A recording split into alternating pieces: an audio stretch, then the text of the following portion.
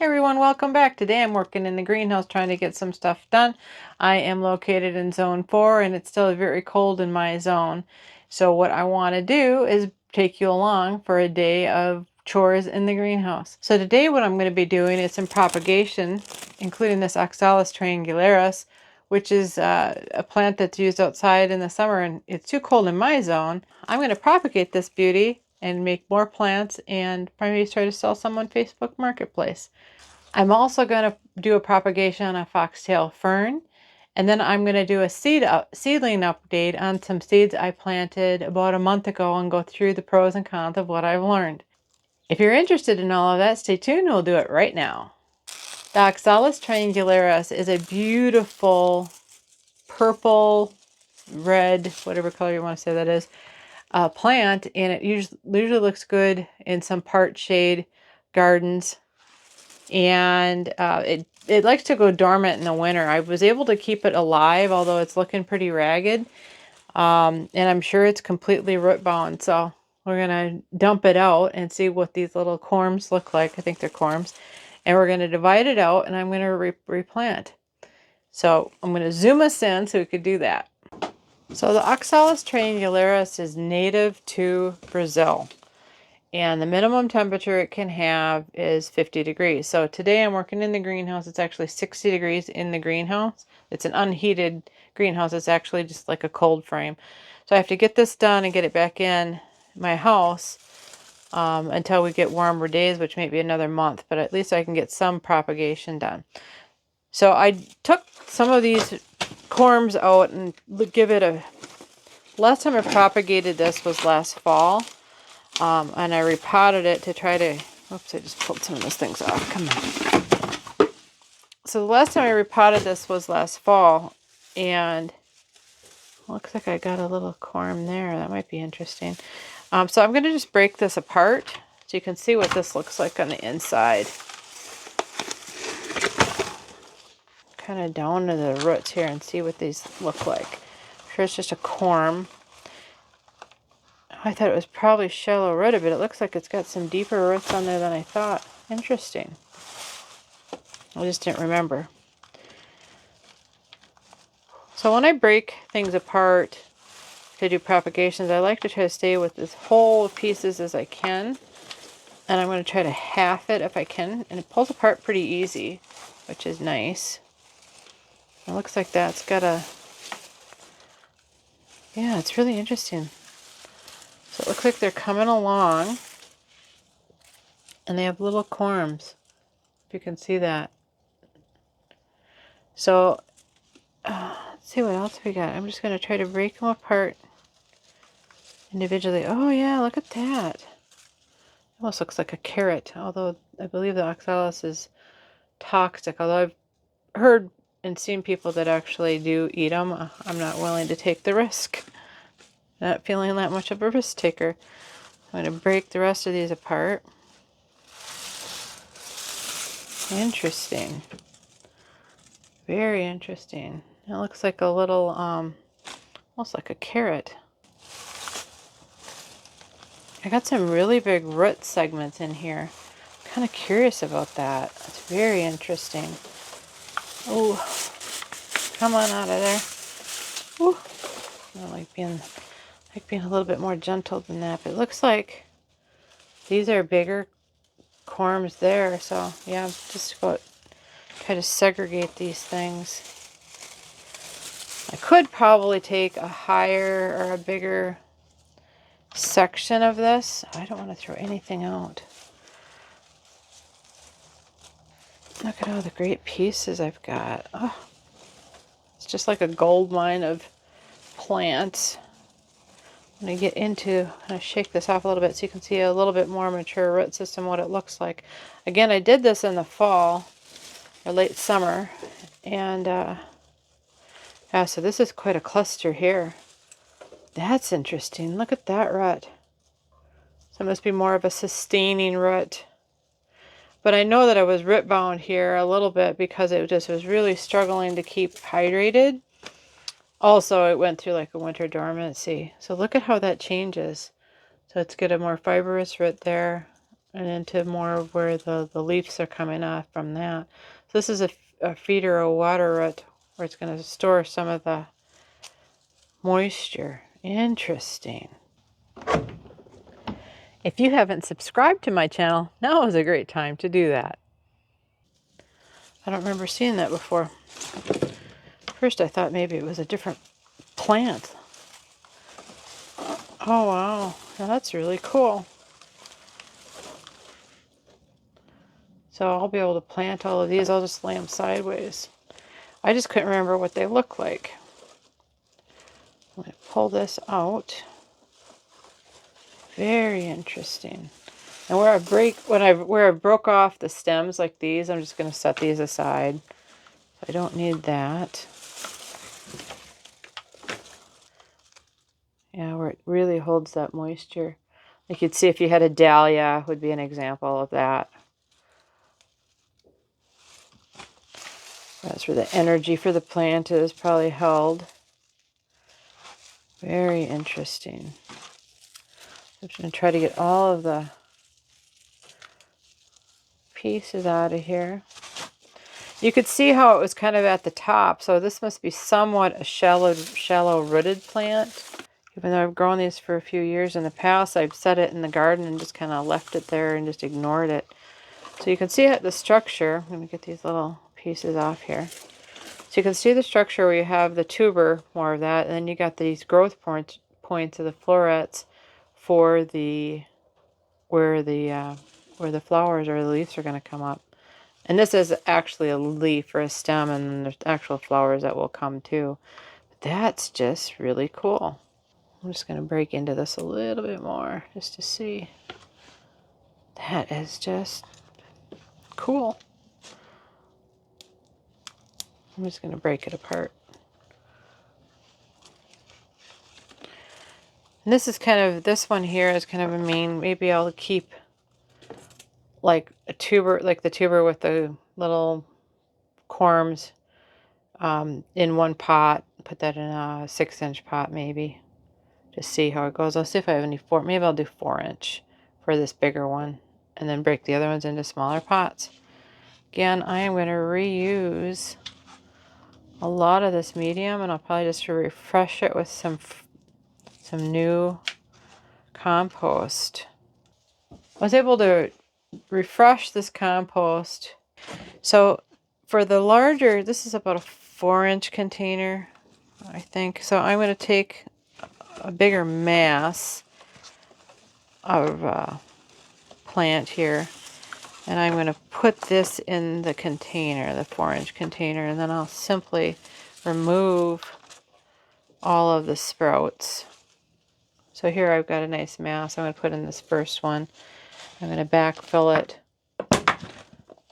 with compost. I'm going to kind of bury it down in there. I'm going to keep it on center. That gives it some room to expand.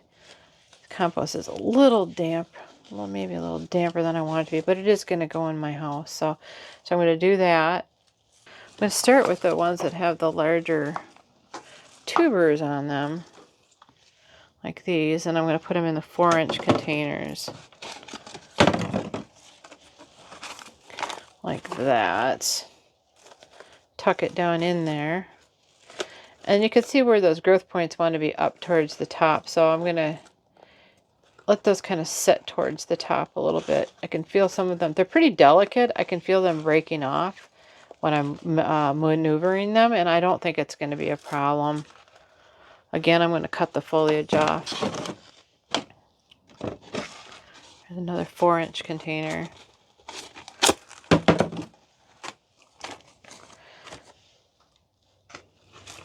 And these containers are really nice. I got these online. They're a heavy-duty container, so it doesn't break, so I reuse them over and over and over again. Everybody's trying to reduce plastic, so I always look for options that will allow me to have multiple uses. Any kind of single-use plastic I don't want. So one of the questions I have for you folks is, do any of you grow the Triangularis, and how do you use it? Do you put it in your containers? Do you use it just as a house plant? How are you using the Oxalis triangularis? It's just such a beautiful, striking plant all on its own, but I think if you did it, put it in a mixed container would be really good, and maybe I will do that. The other plant that I'm working on in the next segment here is my foxtail fern. I think these two, the foxtail fern and this plant, would look really good together, so that might be what I end up doing. So let me know how you use the oxalis if you're already using them. So for the remaining parts, I'm simply going to break these off so you can see what I've got. And I'm going to try, I don't know if all these will make it, because like I said, some of them are pretty small. I always have plants and pots everywhere. So here I've got some 3-inch pots. So just to show you the size difference. So this is the 3-inch and it's the 4-inch. You can see how much bigger that 4-inch is. Pot, again, I just buy this stuff online. It's a simple thing, so I'll put just a little compost in there. I'm just going to stick these down in. I can see, I think I'm going to lie it on a side because I can't quite tell which top and bottom is. So just lie it on the side and I'll bury it nice, and then put it back in my house where it's 70 degrees, so it'll love that until I get to the end of May when I can bring things outside. Put some stuff in these little, I have some smaller ones, so I think I'm going to go to even the 2-inch pots again, just to show the difference. So this is a 3-inch pot, this is a 2-inch pot.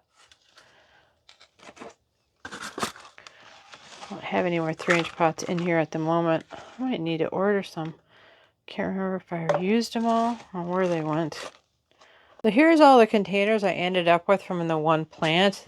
Some of this, you can see just how many stems. I probably could have broke that down more, but I thought that's probably going to be my master plant or my mother plant that I'm going to keep. And so all I'm going to do now is cut off these stems, and it will trigger it to grow. I'm just going to cut them all off. Yeah, I'll go put it in a sunny spot in my house. Get some of these other leaf parts out of there. Shouldn't be there. There we go. All the leaf parts out. And so that is my Oxalis triangularis. And we'll check back in about a month. We'll see how they look.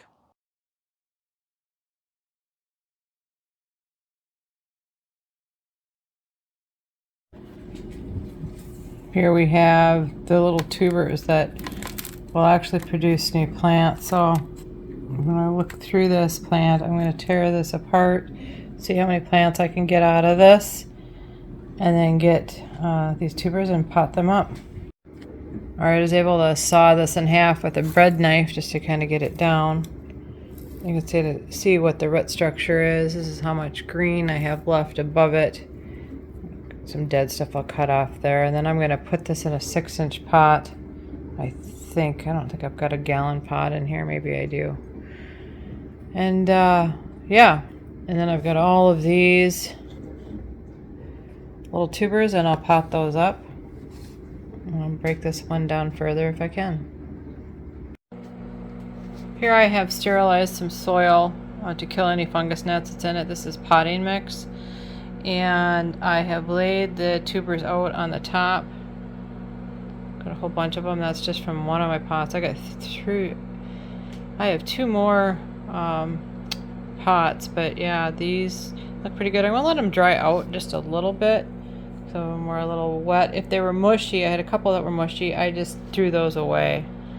But yeah, we'll see how long it takes. I think 3 months, so it'll be kind of fun. It's been 3 months since I've tore apart the foxtail fern to harvest these little tubers, and I put it in an open tray. I don't think it had enough humidity, and they kind of dried up. So we'll look at some of these, just to look at some of them. Some of them kind of dried up. There's nothing left of them, and they were in my house. It's not like any kind of insect ate them. So what I'm going to do is try it again, and we're going to put it in a higher humidity chamber. So what I have What I use for a lot of my propagations are simply just, I reuse this like a spinach container. So I'm just going to reuse this. And I am going to nestle, I'm going to pour these into the container. I'm just going to space them out a little. Pour them into the container and space them out. I'm just kind of squeezing them to make sure they're not mushy so I don't have any rot going on in there. And this is a fern, so it's just like a little bit more of a higher humidity. So that is what we're going to do. We're just going to tuck them in, and I'm just going to backfill with some of that original medium, and then I'll mist it just to make sure I get enough in there just to keep some moisture in there, and we'll see. It may take another 3 months to get this to work. I should have did it to begin with, but I got busy and try to figure out how many containers I need and how I'm going to utilize the resources that I have. So that's that, and now I'm going to hydrate it, which I have just a little moisture thing here. I'm just going to hydrate the top of this, and the bottom medium where those tubers are resting is already hydrated. So I just want to get a little bit of moisture on this top so that it's not wicking the moisture off the bottom. Then I'm going to close this up, and then we're going to wait a few months and see how it works. So that was number 2 for the day. All right, the next thing we're going to check on are my poppies. So I tried winter sowing to see if I could get it to work, and I did. I got them to sprout. The problem is they're leggy because I didn't get to them soon enough. So I'm going to let these things continue to root. Maybe I'll put a little bit of perlite or something on top of it. Maybe I'll put a little bit more dirt on top and see if it will continue to come, and I'll let the strong stems survive. But I'll talk about how I did this, and I'm going to do another set. So I'm going to move these out of the way. So first thing I'm going to do, this is just a seed starting mix. First thing I'm going to do is just to hydrate this a little bit. Sometimes you have to try things a few different ways and you always realize how you messed up. I went on vacation, so when I went to check on them before vacation, it was fine. I came back and they had grew like crazy. This variety is a ladybird poppy.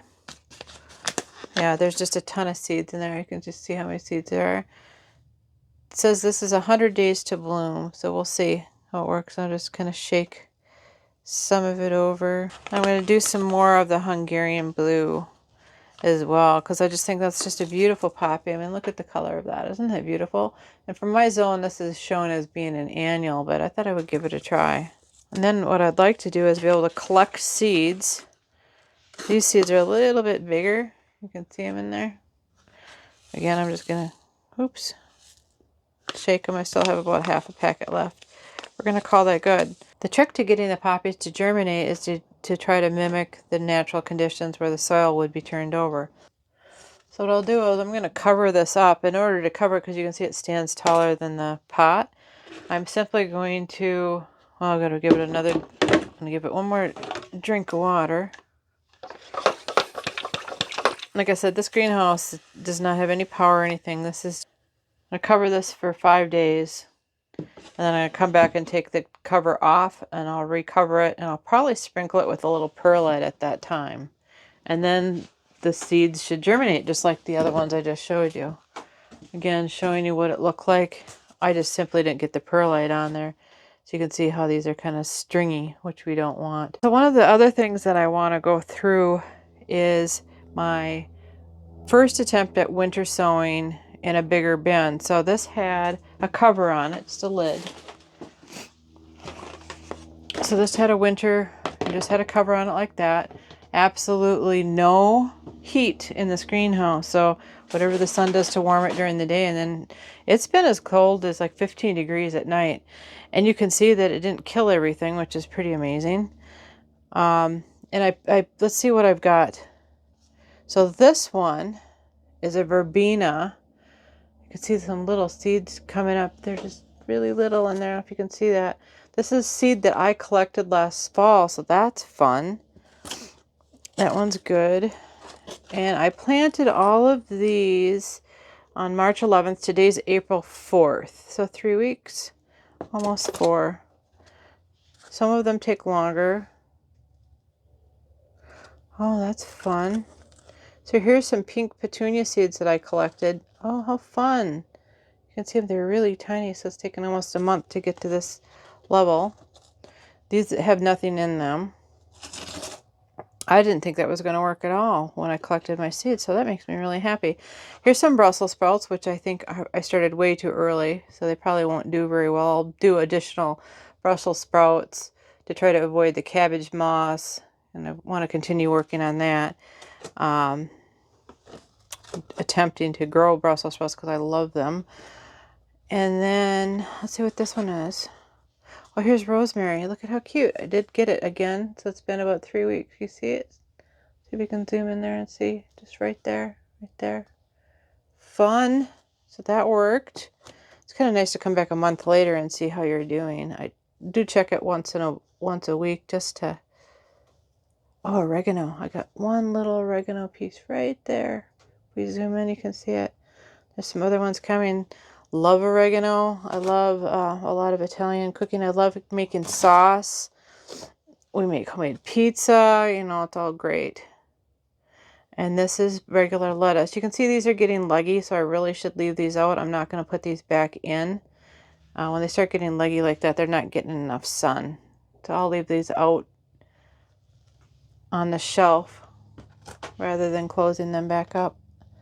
This is just kind of fun. I'm learning with you. I'm exploring. Okay, so this is marigold, which to me should have already sprouted. And I don't see anything yet. These are seeds I collected.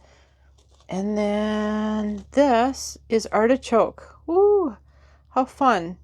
Yeah, I want to grow some artichoke and don't know if I have. Hopefully I got the right variety. This is zone 4. It has to bloom in the same year. So we'll see. Maybe I should have started those in January in the house.